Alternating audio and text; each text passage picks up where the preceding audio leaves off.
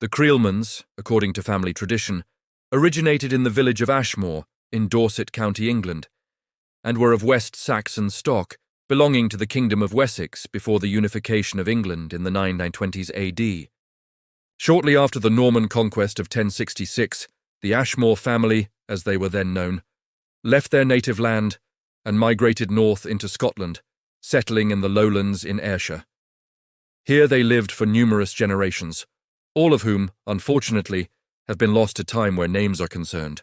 One of these unnamed ancestors became a fan of Krell's large whisker baskets people used to store food, namely fish.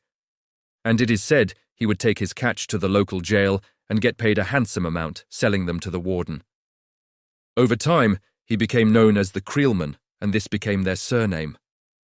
In the 17th century, like many lowland Scots, the Creelmans decided to make a new life for themselves in the north of Ireland, taking up land during the Ulster plantation period, settling down in County Cavan.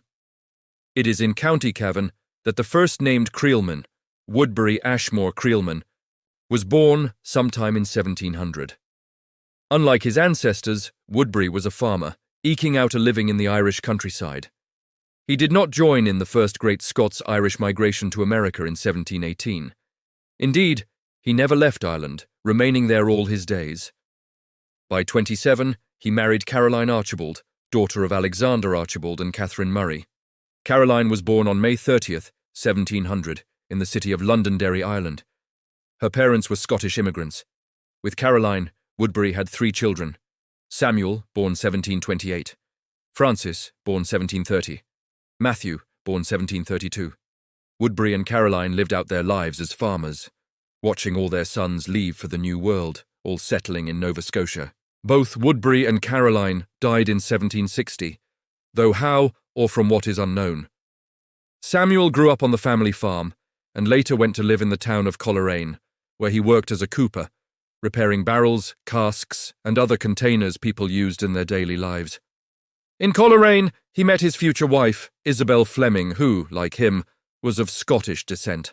The couple married in 1748 and had 6 children: Margaret, born 1749. Samuel, born 1751, Francis, born 1753, Nancy, born 1756, Matthew, born 1760, Anne, born 1763. The last child, Anne, was born in Nova Scotia, as in 1760. Not long after Matthew's birth, the Creelmans left Ireland for the New World. The family settled in Lunenburg first, the town only being a few years old, originally settled by German immigrants from the Palatine region. They suffered through a harsh winter there, surviving off of eels Samuel caught in the sea. In the spring they ventured to Halifax, where Samuel put his skills as a cooper to good use, able to provide a good living for his wife and children. However, as a staunch Presbyterian, the man couldn't stand what he saw as the immoral behavior of the town, deciding to move yet again to Cumberland the following summer. As he left Halifax, Samuel turned to face the town, raising his hands up into the air and denouncing it as the most wicked and vile place he ever had the displeasure of living. The Creelmans remained in Cumberland for several years until 1771, when Samuel moved them yet again, this time to Black Rock, close to Truro. Finally, Samuel found a place he liked and remained here the rest of his life, starting and maintaining a small, successful farm. He died while visiting his son Matthew in 1810. Isabel passed away in 1807.